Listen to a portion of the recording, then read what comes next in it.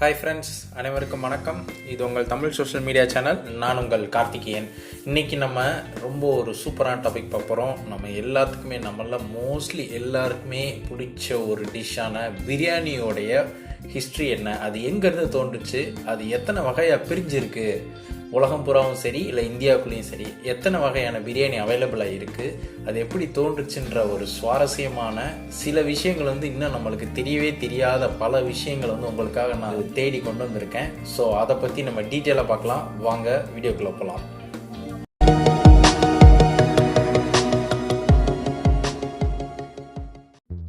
இந்த பிரியாணின்றது பார்த்தீங்கன்னா இந்தியாவில் உருவான ஒரு சாப்பாட்டு வகை கிடையாதுங்க, ஒரு டிஷ் கிடையாது. இந்தியாவில் உருவான ஒரு டிஷ் கிடையாது. அதை ஃபஸ்ட் நான் சொல்லிக்கிறேன். இது என்ன சொல்கிறாங்கன்னா, இந்த பெர்ஷிய போர் வீரர்கள் இருக்காங்க இல்லையா, அதாவது இந்த பெர்ஷியாவில் அந்த காலத்தில் பார்த்தீங்கன்னா இஸ்லாமிய மன்னர்கள் ஆட்சி காலத்தில் இந்த போர் வீரர்கள் சண்டைக்கு போவாங்க. ஒரு நாடை கைப்பற்றுறதுக்காக எதிரி நாட்டோட இல்லை எதிரிகளோட சண்டை போடுறதுக்காக போகும்போது அவங்க கிட்டத்தட்ட நாள் கணக்கில், வார கணக்கில், மாத கணக்கில் பார்த்தீங்கன்னா அந்த போருக்கு போகிறவங்க என்ன பண்ணுவாங்கன்னா, அவங்களுக்கு உடம்புல தெம்பு வேணும். அப்போ அவங்க சாப்பாட்டுக்கு என்ன பண்ணுவாங்க, ஸோ அதுக்காக அவங்க போருக்கு போகிறதுக்கு முன்னாடி என்ன பண்ணுவாங்க அப்படின்னு பார்த்தீங்கன்னா, நல்லா நிறைய வேணுங்கிற அளவுக்கு அரிசியும் மசாலா பொருட்களை மட்டும் எடுத்துகிட்டு போவாங்க. வேறு எதையுமே எடுத்துகிட்டு போக மாட்டாங்க. அந்த போர்க்களத்தில் அவங்க சண்டை போட்டுட்டு எப்போவுமே அந்த காலத்தில் பார்த்தீங்கன்னா இரவு நேரத்தில் போர் செய்ய மாட்டாங்க. ஸோ அந்த நேரத்தில் என்ன பண்ணுறாங்க அப்படின்னு பார்த்தீங்கன்னா, அந்த போர் வீரர்கள் சுற்றி இருக்கிற காடுலேயோ மலைகள்லையோ போய் வேட்டையாடி அங்கே இருக்கிற எந்த மிருகங்கள் கிடைக்குதோ, அது ஆடோ இல்லை மாடோ இல்லை ஒட்டகமோ எது கிடைக்குதோ அதை என்ன பண்ணுறாங்கன்னா பிடிச்சிட்டு அதை அவங்க நல்லா க்ளீன் பண்ணிட்டு அதில் அவங்க கொண்டு வந்த அவங்க நாட்டிலேருந்து கொண்டு வந்த மசாலாவை தடவி நைட்டு பார்த்தீங்கன்னா மசாலாவை தடவி வச்சுருவாங்க. அதை தடவுறது மட்டும் இல்லாமல் அவங்க கொண்டு வந்து அந்த சமைக்கிற பாத்திரத்தை என்ன பண்ணாங்கன்னா, ஒரு பெரிய குழி தோண்டி அதில் அந்த நெருப்பு இருக்கு இல்லைங்களா, நெருப்பு மாதிரி சின்ன கங்கு இந்த மாதிரி ஒரு விஷயங்களை ஹீட்டுக்காக அதை மூட்டி விட்டு அந்த அண்டாவில் பார்த்தீங்கன்னா அவங்க கொண்டு வந்திருக்கிற ஊர்லேருந்து கொண்டு வந்த அரிசி, அப்புறம் இந்த மசாலா தடவின இந்த இறைச்சி, இது எல்லாத்தையுமே போட்டு நைட்டு ஃபுல்லாக அதை ஹீட் பண்ணிடுவாங்களாங்க. நைட்டு ஃபுல்லாக அதை ஹீட் பண்ணிவிட்டு காலையில் அவங்க போருக்கு, காலையிலையோ இல்லை மதியமோ அவங்க போருக்கு போகிறதுக்கு முன்னாடி அது நல்லா வெந்துருமா. நல்லா வெந்ததுக்கப்புறம் அதை அவங்க சாப்பிட்டு அதுக்கப்புறம் போருக்கு போவாங்களாங்க. ஸோ இப்படி ஃபஸ்ட்டு என்ன பண்ணாங்கன்னா, இதுதான் பார்த்தீங்கன்னா பிரியாணியோடைய ஆரம்ப காலம். அதாவது என்ன சொல்கிறாங்க அப்படின்னா, சோறில் கறியையும் மசாலாவையும் சேர்த்து, எந்த மீட்டு கிடைக்குதோ அதையும் அரிசியும் சேர்த்து அவங்க ஒரு ஒரு விதமான டிஷ்ஷை உருவாக்கியிருக்காங்க. ஸோ இதுதான் ஒரு ஆரிஜின் அப்படின்னு சொல்கிறாங்க. இன்னொரு பக்கம் என்ன சொல்கிறாங்க அப்படின்னு பார்த்தீங்கன்னா, மங்கோலிய வீரர்கள் இருக்காங்க இல்லையா, மங்கோலியான்னு அந்த காலத்தில் மங்கோலியன் ஒரு நாடு இருந்துச்சு. அந்த நாட்டு வீரர்கள் போருக்கு போகும்போது அவங்க கண்டுபிடிச்சதுதான் இந்த பிரியாணி அப்படின்னு சொல்கிறாங்க. ஆனால் இதிலெல்லாம் இதுக்கு முன்னாடியும் நம்ம ஒரு நோட் பண்ண வேண்டிய விஷயம் என்னன்னா, நம்ம இந்தியாவில் குறிப்பாக தமிழகத்திலே பார்த்தீங்கன்னா மன்னர் காலத்தில், அதாவது கிட்டத்தட்ட அந்த ஆதிகாலம் சொல்கிறாங்க இல்லையா, அதாவது எப்படி சொல்கிறதுன்னா ஒரு 1000-1500 வருடங்களுக்கு முன்னாடிலாம் எப்படி பண்ணுவாங்க அப்படின்னு பார்த்தீங்கன்னா, இங்கே நம்ம ஊரில் கரிசோறு அப்படின்னு ஒரு பழக்கம் இருந்திருக்காங்க. நிறையா தமிழ் நூல்கள்லையும் அதை சொல்லியிருக்காங்க. அதாவது வீரர்கள் போருக்கு போகிறதுக்கு முன்னாடி இல்லை பயிற்சி எடுத்துகிட்டு இருக்கும்போது என்ன பண்ணுவாங்கன்னா, கரிசோறு அப்படின்னு சொல்கிறாங்க. அதாவது ஒரு கரிசோறு அப்படின்னா கிட்டத்தட்ட பிரியாணி மாதிரி தாங்க. அவங்க எப்படி சொல்கிறாங்கன்னா, கரிசோறு இல்லை ஊன் சோறு. ஊன்னா நம்மளுக்கு என்ன தெரியும், ஊன்னா மீட்டு, அதாவது கறி, எந்த கறியோ ஆட்டுக்கறியோ மாட்டுக்கறியோ அதான் ஊன்னு சொல்லுவாங்க. அதாவது ஊன் சோறு இல்லை கறி சோறு அப்படின்னு சொல்கிறாங்க. கேரளாலையுமே இன்னுமே பார்த்தீங்கன்னா ஊன் சோறு கறி சோறுன்ற ஒரு விஷயம் இருக்குங்க. நம்ம ஊர்லேயுமே எல்லாத்துக்குமே தெரியும் கறி சோறுன்ற விஷயம். இன்னும் போனீங்கன்னா கிராமத்தில் இருக்கும். ஸோ இந்த கறி சோறு எப்படி உருவாக்குறாங்கன்னா, அந்த மீட்டை வச்சுட்டு இருக்கிற அரிசி, அப்புறம் அவங்க வேணுங்கிற அளவுக்கு உப்பு காரம் சேர்த்துட்டு அதில் வாசனை பொருட்கள், அந்த பட்டை இலை, பிரியாணி இலை இதெல்லாம் போட்டு செஞ்சுருக்காங்க நம்ம தமிழக வீரர்கள் அந்த காலத்தில். ஸோ இந்த நடைமுறை ஏற்கனவே இருந்திருக்கு. ஆனால் அதுக்கப்புறம் அதோட கண்டினியூட்டி இருந்துச்சா அப்படின்னு பார்த்தீங்கன்னா அது எங்கேயோ பிரேக் ஆகிருக்குங்க. பட் இப்போ நம்ம பிரியாணிக்குள்ளே வருவோம். இந்த பிரியாணி விஷயத்துக்கு வரும்போது ஃபஸ்ட்டு இந்த பெர்ஷிய வீரர்கள் இவங்க சமைச்சு, நான் சொன்னேன் இல்லையா ஃபஸ்ட்டு, அவங்க அந்த மாதிரி சமைச்சு அவங்க சாப்பிட்டுட்டு இருந்தாங்க போருக்கு போகும்போதெல்லான்னு. ஸோ இதனால பார்த்தீங்கன்னா அவங்க ரொம்ப தெம்பாக இருந்தாங்க. அவங்க ரொம்ப பலமாக எத்தனை போர் வேணாலும் சந்திக்கக்கூடிய அளவுக்கு அவங்க உடலும் ரொம்ப பலமாக இருந்துச்சு அப்படின்னு சொல்கிறாங்க. ஸோ இந்த விஷயம் பார்த்தீங்கன்னா போர் வீரர்களுக்குள்ளேயும் அந்த மன்னர் அந்த அரசு குடும்பத்துக்குள்ளேயுமே மட்டுமே வந்து பார்த்தீங்கன்னா சீக்கிரட்டாக வச்சுருந்துருக்காங்க. ஸோ இதை வந்து வெளியே பொதுமக்களுக்கு வந்து பொது வெளியில் வந்து அவங்க யாருக்குமே அனௌன்ஸ் பண்ணல. ஏன்னா இந்த போர் வீரர்களுக்கு மட்டும்தான் இதை கொடுக்கணும் அப்படின்னு சொல்லி ரெஸ்ட்ரிக்ஷன் இருந்துச்சுங்க. ஆனால் நாளடைவில் போர் வீரர்கள்லாம் வந்து பார்த்தீங்கன்னா அவங்க ஃபேமிலியில் டிஸ்கஸ் பண்ணும்போது இல்லை பேசும்போது என்ன சாப்பிட்டீங்கன்னு சொல்லும்போது அப்படியே நாளடைவில் எல்லா மக்களுக்குமே போய் சேர்ந்துருச்சு. அது அரேபிய மக்களுக்கு, இஸ்லாமிய மக்களுக்கு வந்து இது போய் சேர்ந்துச்சு அப்படின்னு சொல்கிறாங்க. இதில் வந்து இன்னொரு முக்கியமான விஷயம் என்னன்னா, இஸ்லாமியர்கள் வந்து இந்தியா மீது படையெடுத்து வந்தாங்களோ, அப்போ படையெடுத்து வரும்போது இஸ்லாமியர்கள் இந்தியாவுக்குள்ள வரும்போது இங்கே இருக்கிற கலாச்சாரமே வேற மாதிரி இருந்துச்சு. இருந்தாலுமே அவங்க வந்து அங்கே போர் செய்யும் போதும் சரி, இல்லை அவங்க அரசு குடும்பத்துக்குள்ள மட்டுமே தான் வந்து பார்த்தீங்கன்னா இந்த பிரியாணி செய்கிற முறை, அதாவது இந்த அரிசி, இந்த கறி, இறைச்சி இது எல்லாத்தையுமே போட்டு அவங்க செஞ்சு சாப்பிட்டுட்டு இருந்தாங்களே அந்த சத்தான உணவுன்னு, அதை வந்து அரசு குடும்பத்துக்குள்ள மட்டுமே தாங்க சீக்ரெட்டாக வச்சுருந்தாங்க. ஆனால் இந்த பிரியாணி வந்து மறுபடியும் இந்திய மக்களுக்கு வந்து சேர்ந்ததுக்கு ஒரு முக்கியமான காரணம் யாருன்னு சொல்றாங்க அப்படின்னு பார்த்தீங்கன்னா, ஷாஜஹானுடைய மனைவி மும்தாஜுங்க. நம்ம எல்லாத்துக்குமே தெரியும் மும்தாஜுக்காக தான் வந்து ஷாஜஹான் வந்து தாஜ்மஹால் கட்டினாருன்னு. ஸோ வந்து மும்தாஜால தாஜ்மஹால் மட்டும் கிடைக்கலைங்க, நம்ம இந்தியர்களுக்கு பிரியாணியும் கிடைச்சிருக்கு. ஸோ இதில் வந்து எப்படி அது வந்துச்சு அப்படின்னு பார்த்தீங்கன்னா, இந்த அரச குடும்பத்துக்கு மட்டுமே சீக்ரெட்டாக வச்சிருந்த இந்த விஷயத்த ஷாஜஹான் காலத்தில் ஒரு போருக்கு போகும்போது மும்தாஜும் கூட போயிருக்காங்க. அப்போ வந்து பார்த்தீங்கன்னா போர் வீரர்களுக்கெல்லாம் சத்து இல்லாமல் தெம்பு இல்லாமல் ஒரு மாதிரி சோர்வாக இருந்ததை பார்த்துட்டு தான் போர் வீரர்களுக்கு வந்து தெம்பு கொடுக்கணும், அவங்களும் வந்து சத்தாக இருக்கணும், எத்தனையோ சண்டைக்கு போகிறாங்க, அதனால் வந்து அவங்களுக்கு வந்து ராஜ குடும்பத்தில் வந்து அவங்க பெர்மிஷன் வாங்கிட்டு நம்ம பிரியாணி செஞ்சு சாப்பிட்ற மாதிரி அவங்களுக்கும் சொல்லி தருவோம், அவங்க வந்து எங்கெல்லாம் போருக்கு போகிறாங்களோ அவங்களும் அதெல்லாம் சமைச்சு சாப்பிட்டு தெம்பாக இருப்பாங்கன்னு சொல்லி அவங்களுக்கு ஒரு நம்பிக்கையை கொடுத்து அதை வந்து சொல்லி கொடுத்தாங்களாங்க போர் வீரர்களுக்கு. ஸோ இப்படி போர் வீரர்களுக்கு சொல்லி கொடுக்கும்போது நாளடைவில் அது கொஞ்சம் கொஞ்சமாக மக்களுக்கு போச்சாங்க.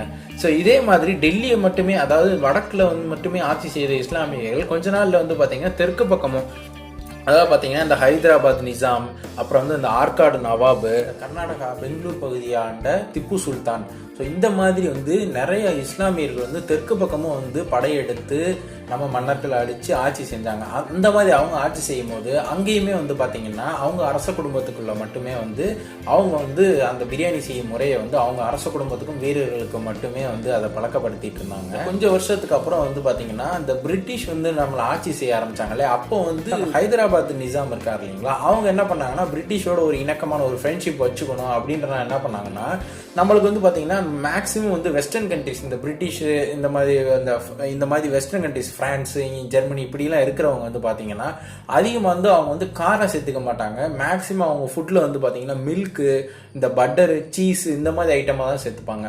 ஸோ வந்து அவங்கள அட்ராக்ட் பண்ணணும், அவங்கள விருந்து கூப்பிடும்போது அட்ராக்ட் பண்ணணுன்றனால ஹைதராபாத் நிசாம் என்ன பண்ணாருன்னா பிரியாணியில் நெய் ஊற்றுற முறையை கொண்டு வந்தாருங்க.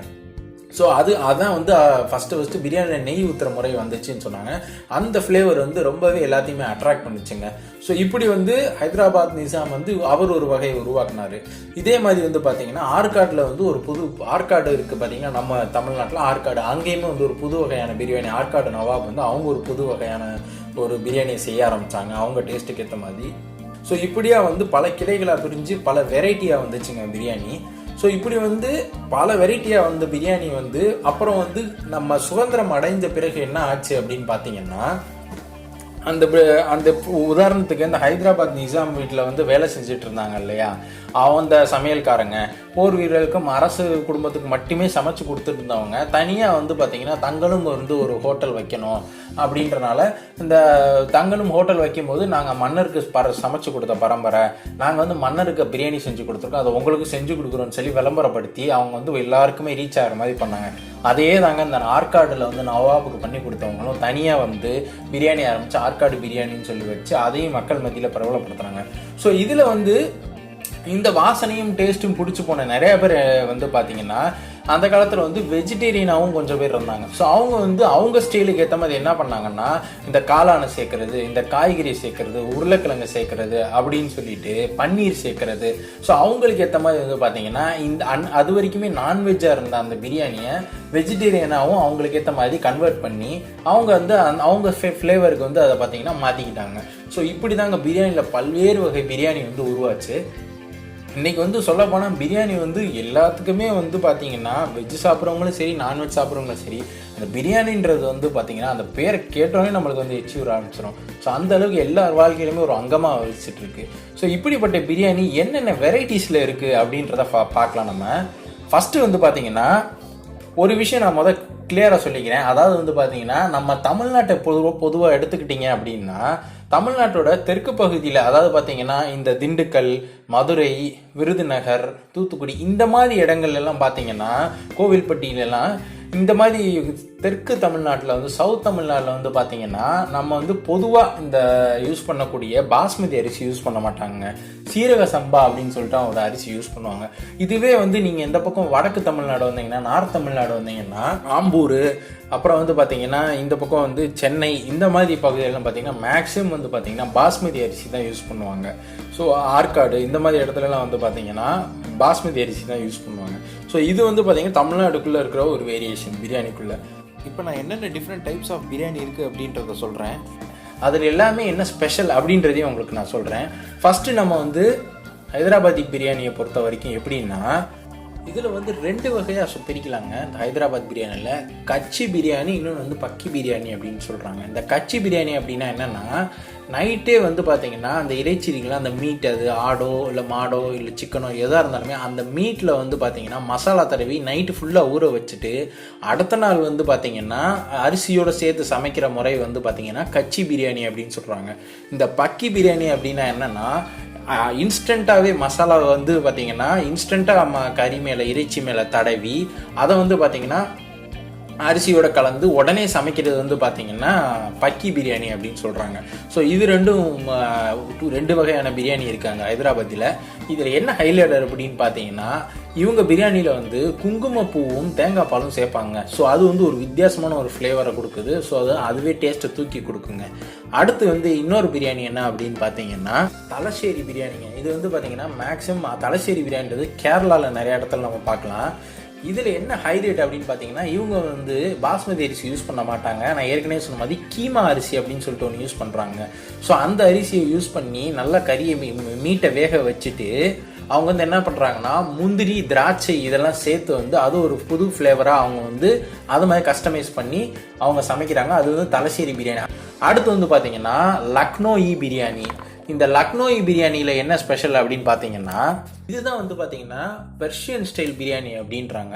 ஸோ இது எப்படி செய்கிறாங்க அப்படின்னு பார்த்தீங்கன்னா கறியை நல்லா பாதி அளவு வேக வச்சுக்கிறாங்க. வேக வச்சுட்டு அதுக்கப்புறம் வந்து அதை மூடி வச்சுட்டு நல்ல கனமான பொருள், அது கல்லோ அது ஒரு வெயிட் இல்லை மாவு மாதிரி இருக்குன்னா அதை சுற்றி வந்து பார்த்தீங்கன்னா அந்த பாத்திரத்தில் வச்சு கவர் பண்ணிவிட்டு மேலே வந்து அந்த கங்கு நெருப்பு இருக்கு இல்லைங்களா, அந்த கங்கை வந்து மேலே போட்டுறாங்க. ஸோ அந்த ஹீட்டுக்கு வந்து மீதி இருக்கிற கறி வந்து பாதியாக வந்திருக்க கறி இன்னும் நல்லா வேகுமாங்க.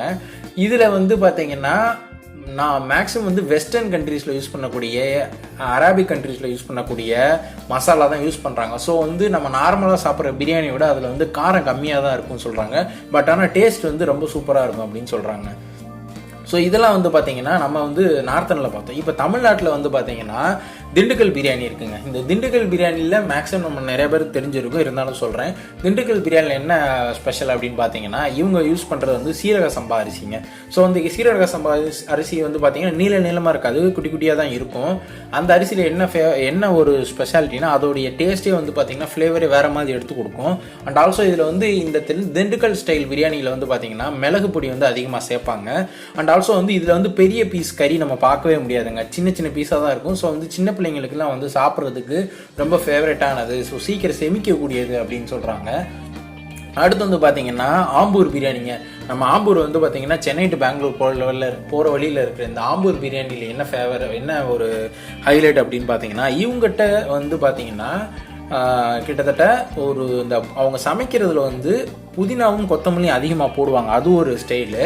அண்ட் ஆல்சோ இன்னொரு விஷயம் அவங்க பண்ணுறது என்னென்னா அவங்க வந்து புளிச்சு போன அந்த தயிரை வந்து யூஸ் பண்ணி வந்து அந்த கறியை வந்து ஊற வைக்க மாட்டாங்க. ஃப்ரெஷ்ஷாக கிடைக்கிற அந்த தயிரை வச்சு மட்டும்தான் வந்து பார்த்திங்கன்னா அந்த கறி மேலே மீட் மேலே அப்ளை பண்ணி ஊற வச்சு அதை சமைக்கிறாங்க. அது ஒரு தனி டேஸ்ட்டாக இருக்குங்க. ஸோ வந்து இதுதான் வெரைட்டிஸ் ஆஃப் பிரியாணி.